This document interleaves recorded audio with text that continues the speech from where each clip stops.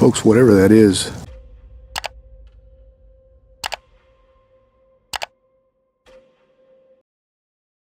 solitude in the wild can quickly turn into a survival scenario.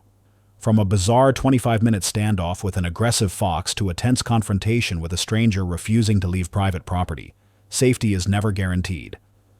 If you face these threats alone with no help in sight, would you know what to do? Chris Ignoto from the YouTube channel Nature Here and Now was deep in a wetland area at 3:30 in the morning, filming a video focused on unusual animal noises. What happened next would become one of the most unsettling wildlife encounters ever captured on camera. Over the next 25 minutes, Chris found himself caught in a strange vocal back and forth with a fox. Each time he made a sound, the fox responded by howling and slowly moving closer through the wetlands, turning the situation into a tense and increasingly uncomfortable standoff.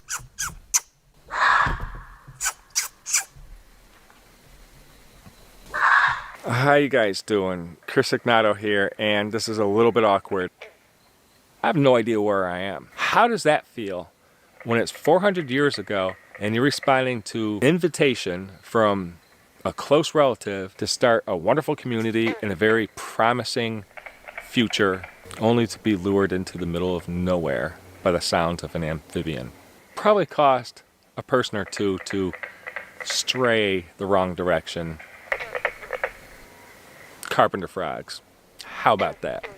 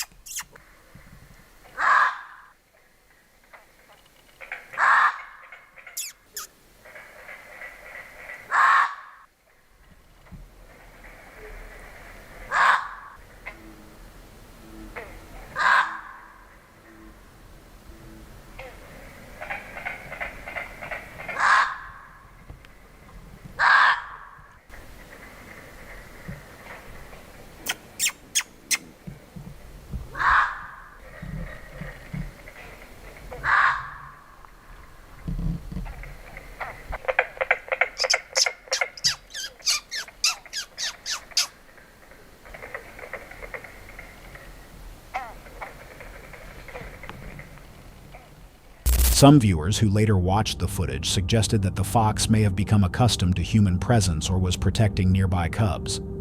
Others pointed out something far more disturbing, noting that the fox's behavior closely resembled territorial aggression, as if Chris had unknowingly wandered into an area the animal claimed as its own and would not allow him to leave without understanding that fact. Regardless of the explanation, Chris documented one of the strangest wildlife encounters in the Pine Barrens. A 25-minute standoff with a gray fox that refused to behave the way a wild animal normally would. If the worst-case scenario had happened, the fox may not have been bluffing at all, but actively testing how close it could get before attacking.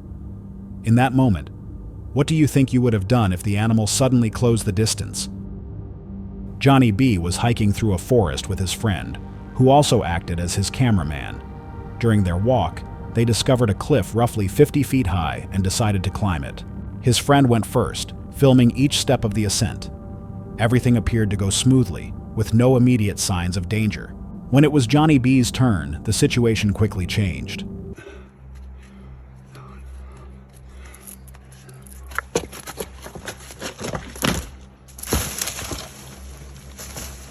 You good? Yeah, all of it. He fell but avoided serious injury, and later joked about the incident on social media.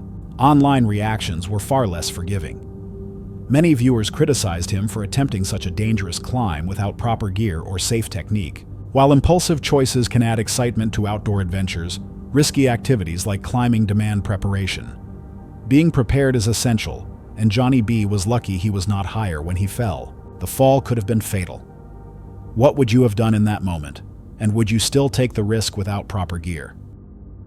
A crew from Real Loose Adventures ventured deep into remote Australian bushland, pursuing some of the most dangerous game found in the country. Massive, aggressive boars roamed the area, with miles of thick scrub separating the team from any nearby help. They had no idea that one of these hunts would come dangerously close to ending in tragedy. The day began without incident as the team moved through dense palm country with their dogs, successfully taking down several boars in quick succession. By midday, the heat became overwhelming, forcing them to pull back to camp and wait for cooler conditions. As evening arrived and temperatures dropped, they returned to the field to continue the hunt. The dogs soon picked up a fresh scent near a swampy area filled with century palms, and that was the moment when everything suddenly changed.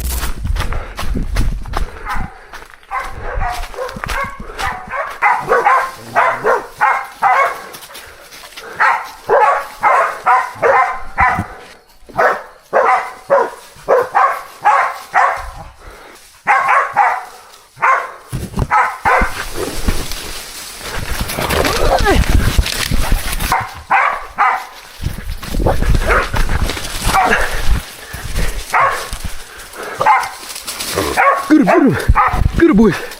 Good boys. Good boys. Good boys.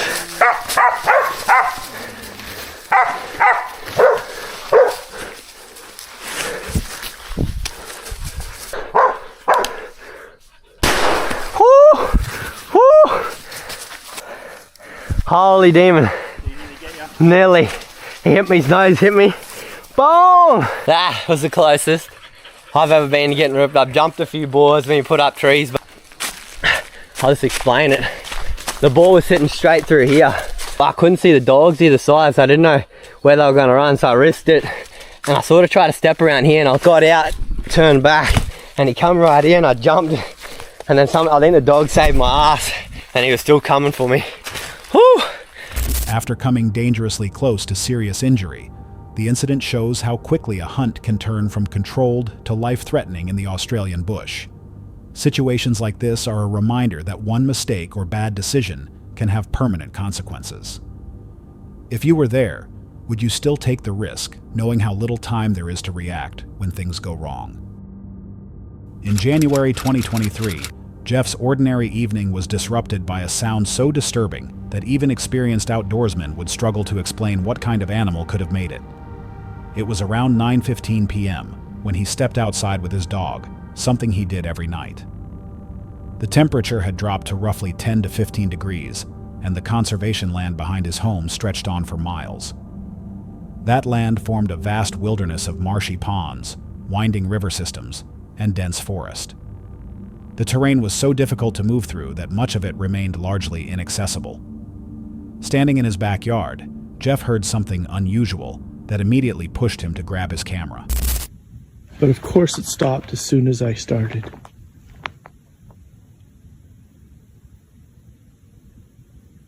All I can hear right now is dog barking, I think.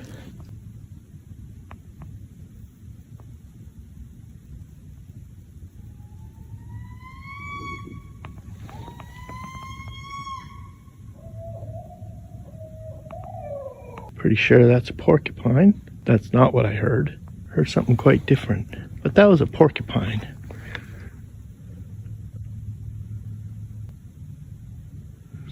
Way off in the distance is dogs still going crazy.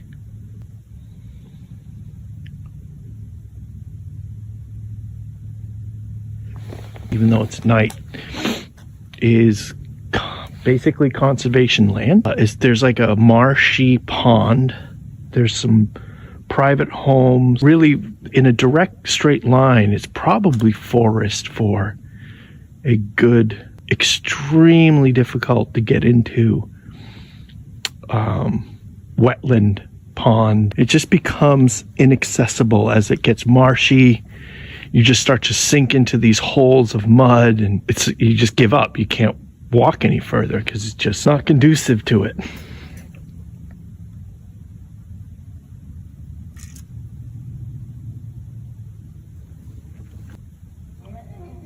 Oh.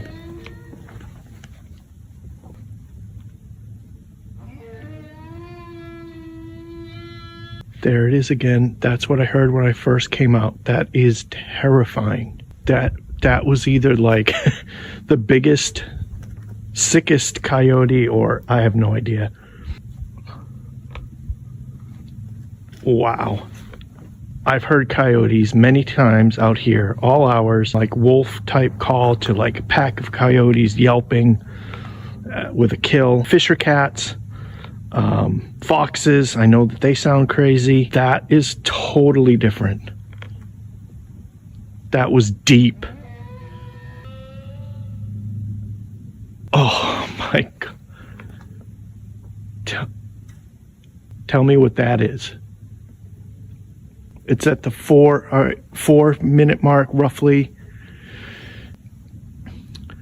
My motion detector light just turned off, and I've heard that howl twice now. Well, 3 times. The first time I couldn't catch it, and then the last 2, I'm out of here. That was probably just the house settling, but that was spooky.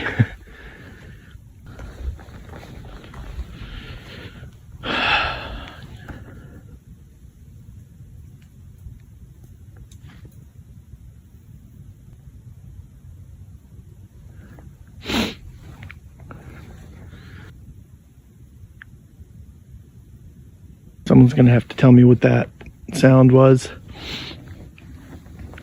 It's not one I've heard before.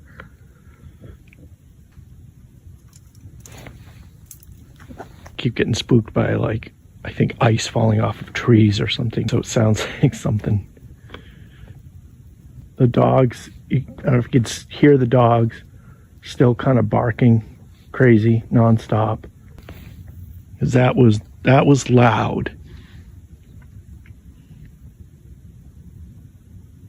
First one was definitely louder though. The first one, when I first came out here, before I could even start recording, that was really loud. I was walking, so it sort of mixed in, and it didn't register with me until the tail end of it. I'm guessing it's, I don't know, 10-15 degrees out here. It's 9:15 p.m., something like that. Typical time for him to go out. I've heard coyotes at all crazy hours of the night, but that was different.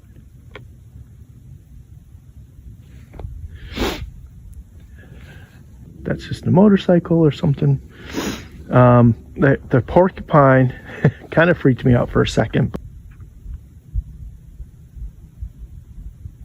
So it's not the porcupine. That other sound. Even in the darkness, the area beyond his property was clearly conservation land, filled with wetlands, waterways, and thick forest extending far into the distance. Although a few private homes existed nearby, the land in a straight line behind his house quickly turned into uninterrupted forest. Much of it was extremely hard to reach, with muddy wetlands and unstable ground that made walking nearly impossible. To this day, no one has been able to definitively identify what caused those sounds. Some believed it may have been an unusually sick coyote, while others were far less certain. Encounters like this highlight how limited human awareness becomes after dark in remote areas. When visibility is low and sounds travel unpredictably through wetlands and forest, even familiar environments can quickly feel unsafe, turning hesitation or curiosity into unnecessary risk. When a property owner arrived at his remote cabin on High Knob Road, he found a truck parked in his driveway that clearly did not belong there. What initially seemed like a simple mix-up quickly became something far more unsettling when the stranger refused to leave. It's nothing to be concerned about because I've already been talking to surveyors. I own this property.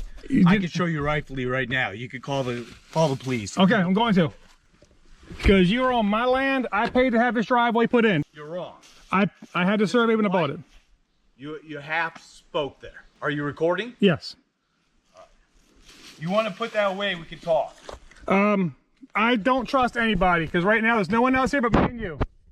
Look, I'm not talking to you if you're recording me. I'm not allowing you to record me. You're on private property. No, I am not, okay? Go turn that off and we'll talk. I'm just getting the sheriff here. The property owner approached the vehicle and encountered a man nearby. He informed him that the land was private property and that the Hardy County Sheriff had already been contacted. The stranger remained on the property and showed no intention of moving his truck. I've come to my property. I've been notified that someone's been trespassing. I come here. He's telling me that this is his property. He's using my driveway. My cabin is close to the line. It's been here for umpteen years now. I've asked him to leave. He's told me, no, this is his property. And I need to get someone out here to help settle this and to have him removed. His name is Mark. Also, I have a GoPro on me. Am I allowed to be recording on my property? Okay, because he's telling me to turn it off. I'm just for my own safety. I do not know. In my vehicle, I always bring it up here just because of bears and stuff. There's a 20 gauge in my vehicle. It's unloaded. And consider me unarmed. Unarmed. No, he appears to be on his property, but he's using my driveway to access his, and he's parked on mine. I'm getting ready to put up a gate and want to put up a gate on my property. He's not going to be able to leave. No, there's no right of way. I do not know the answer to that question, ma'am. He will not talk to me because I have my GoPro on.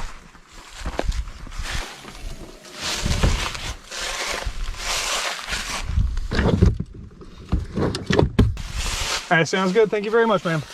In his written account, the property owner stated that when sheriff's deputies finally arrived after a long drive to the isolated location, the situation became clear.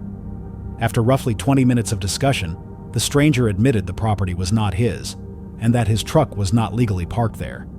He acknowledged that he had been dishonest and claimed it was simply more convenient to park on the property owner's land. When questioned further, the truck started without any mechanical problems. Once the trespasser left, the property owner immediately secured the driveway with a cable to prevent future unauthorized access. What remained afterward was a deeply unsettling question. What might have happened if the encounter had not been recorded? When help is far away and the other person is not telling the truth, staying calm and having proof can make a big difference in staying safe. On Father's Day 2022, an experienced stealth camper from Outdoor Adventures and Gear was setting up in a hidden woodland location. Unexpected circumstances would soon turn what was meant to be a quiet night into a rapid retreat. The camper kept a grab bag packed and ready for moments exactly like this. When plans suddenly shifted in his favor, he took advantage of the chance for an unplanned overnight trip. He drove to a secluded area and parked his vehicle in a way that made it appear disabled, discouraging anyone from interfering with it, before heading off into the woods. There, he located an ideal campsite that was well concealed and blocked from view, with clear lines of sight to spot anyone approaching. The site offered open skies for stargazing and felt completely isolated. He pitched his vintage guide gear tent, laid out a military patrol bivvy, and set up a small fire pit. Everything was unfolding exactly as intended. As he waited for darkness to fully settle in, he heard something that instantly changed the situation. Alright guys, I'm hearing a noise, so we're gonna see what it is. There's a chance I could be busted, but I'll come back. But I heard a bunch of noise way out by my car. And I don't know what it was. I very much doubt. There's a chance I might be wrapping this up just because if there's some good old boys out there drinking or something, having a good time, I don't want to mess with my car. So, I don't know if I'm gonna stay. I might wrap this up in about an hour. I'm hearing too much noise out there. Alright guys, sometimes when you stay at a place, you gotta know when it's time to get out. I'm hearing too much noise, too much crap, and I'm getting out of here. I don't know if they're good old boys. I don't know what it is. It is truly a shame I didn't get to stay, because man, this is a beautiful spot. But sometimes guys, you gotta play it smart. Safety first, remember that. Respect nature second. I'm getting out. Too many warning signs. See that lake at night, guys, it's beautiful. I'm getting closer to my car. I'm gonna put this video on now. I'm sure everything stays up to say, but I won't be saying it anymore. Holy shit. When I drive my car, when I have to stealth camp, I usually park it like it's a car in distress and nobody will mess with it. Now, I was a mile out from my car and I heard a lot of cars on gravel roads, and the only gravel roads that were around were where I was at. So when I heard all this noise, that got my antenna up. I said, oh, something's going on. Now, it may have been a bunch of people having fun, but I wasn't going to take that chance. And the second thing I started hearing was a lot of screaming, a lot of yelling, a lot of shouting. Now I don't know what's going on. Once I heard this and realized it was going on for a little while, I made that decision to pack my stuff up and just call it a night. The presence of multiple vehicles on a remote gravel road, combined with ongoing shouting and screaming nearby, and how close it all was to his hidden camp, raised too many warning signs to ignore. His message to other stealth campers was simple. If something feels off, it is better to leave. Personal safety matters more than staying the night, and instincts should never be ignored. You can always return another time. The wilderness will still be there, but getting home safely is what matters most. In the worst-case situation, staying could have led to a dangerous confrontation. If you were alone in a place like this, would you trust your instincts and leave, or take the risk and stay?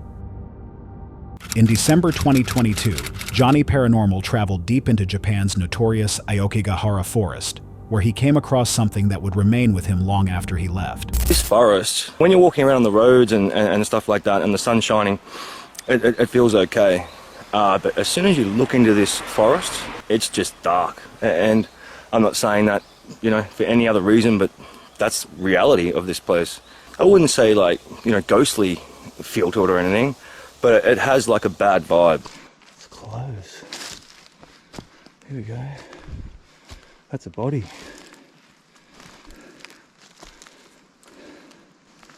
Alright.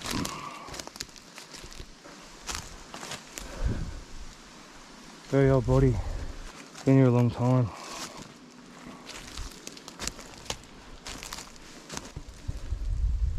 Head come off. I had a feeling about this area, that's why I wanted to come in here. So, alright, just found a body. That's why you've got to be so thorough in your searching team. Body's been... It might be I think it's a woman. I think it's a girl. Come in here, hang themselves. Shoot up the tree.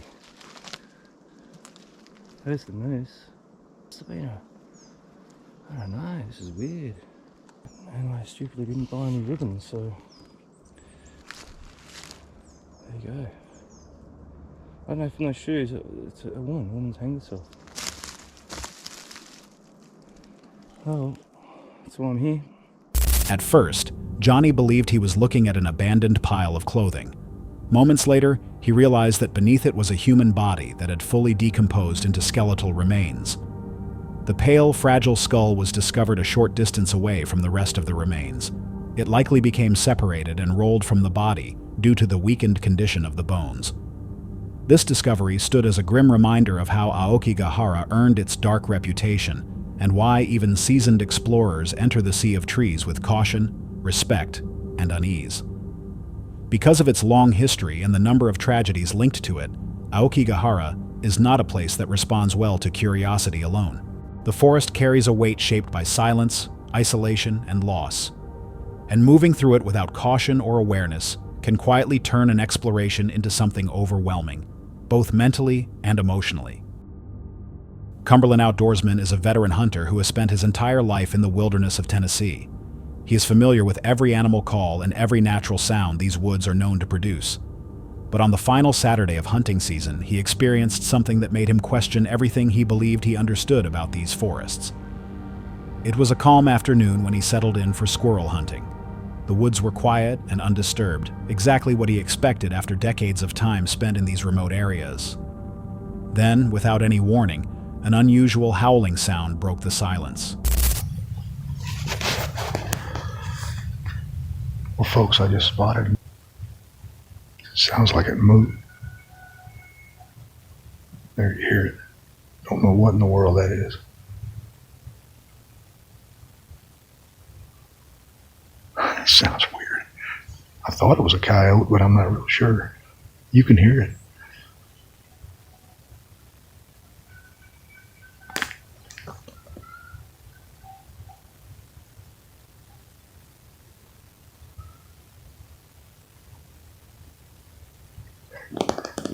I'm not sure.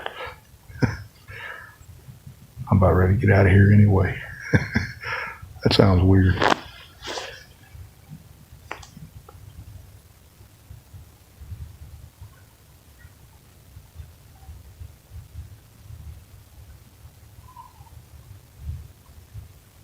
I'm glad I got a loaded rifle with me.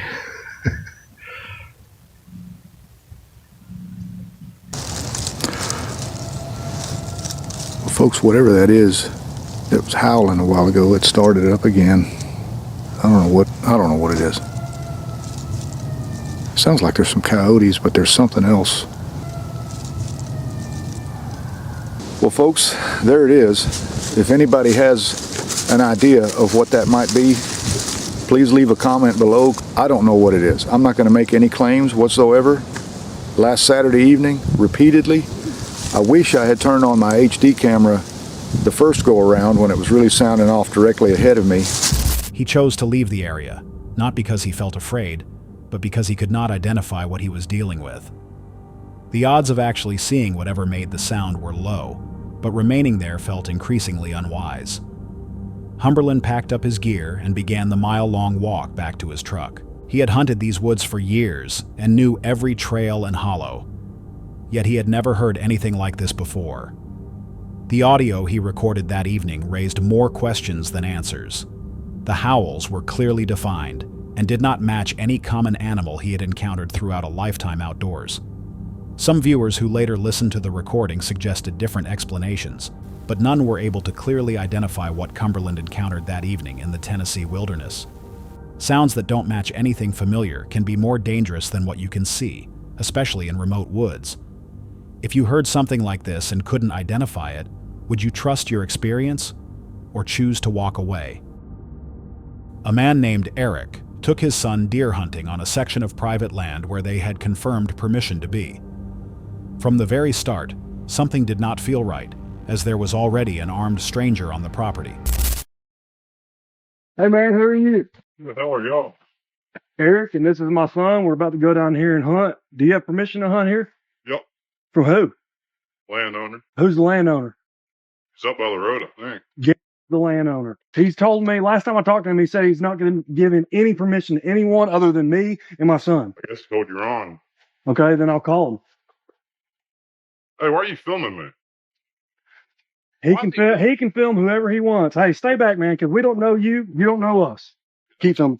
When Eric attempted to address the situation, the encounter escalated rapidly. The man insisted that he also had permission from the landowner, but Eric strongly questioned that claim, having heard nothing about any other approved hunters.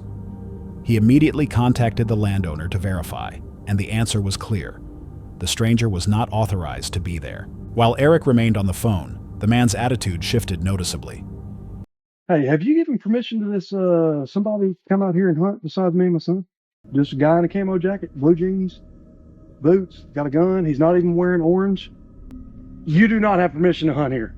Who? Do you live around here? I'm going to my truck. Where's your truck? I don't trust you. She don't trust you because you're not allowed to hunt here. I just wanted to have a day of deer hunting. And besides, the road's not even that way. How did you get into this property? The damn road is over there. I'm getting away from y'all. You're acting like we're the issue, dude. You're hunting property where you're not supposed to be. You're trespassing.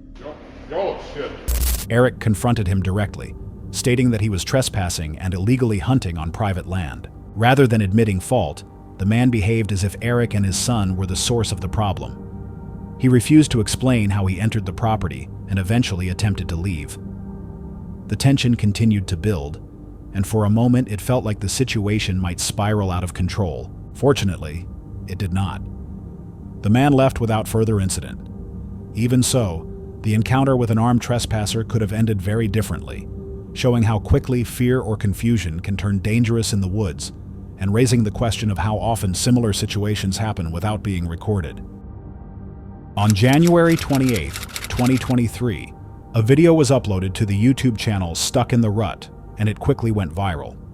It follows siblings Tana and Trevor during a brown bear hunt deep in the Alaskan wilderness. After several days in the backcountry, they finally spot the bear they have been tracking. What should have been the final stretch of the hunt suddenly turns into a dangerous situation. The hunters try to close the distance for a clean shot, but the bear moves higher up the mountain. Despite exhaustion and severe terrain, snow, ice, and steep climbs, they continue pushing forward. The wind makes it even harder to stay undetected. Hey!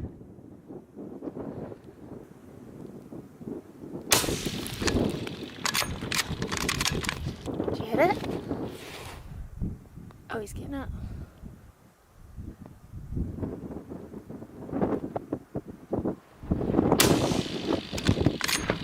Here we go.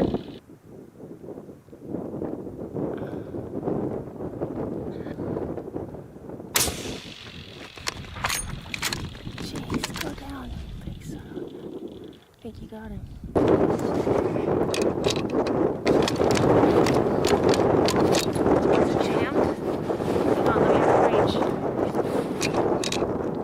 Trevor sees the bear within range and prepares his rifle. But at the worst possible moment, the gun jams as he struggles to fix it. The bear begins moving toward them. Trevor manages to fire 3 shots. All of them hit, but the animal keeps advancing. Even wounded, the bear does not stop. The distance between it and the hunters closes quickly. When the gun jams again, it becomes clear it is time to run.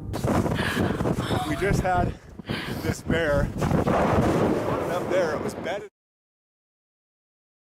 when I shot it, and it actually came running after us. All the way down the hill. This is its tracks and blood trail. They turn off the camera. This is no longer about filming. It is about survival as they flee. Tana pulls out her phone to record what is happening. The bear chases them down the mountainside, forcing them to abandon their gear. Only at the very last moment does Trevor manage to fire a final shot, and this time it brings the animal down. This story could have ended in tragedy. It serves as a clear reminder of how dangerous wild animals can be even when wounded, and it leaves many wondering how anyone can truly prepare for moments when nature refuses to back down. That's all for tonight's video. Which encounter gave you chills? Let us know in the comments below. Got your own experience? We want to hear it. And whatever you do, don't miss what's coming next.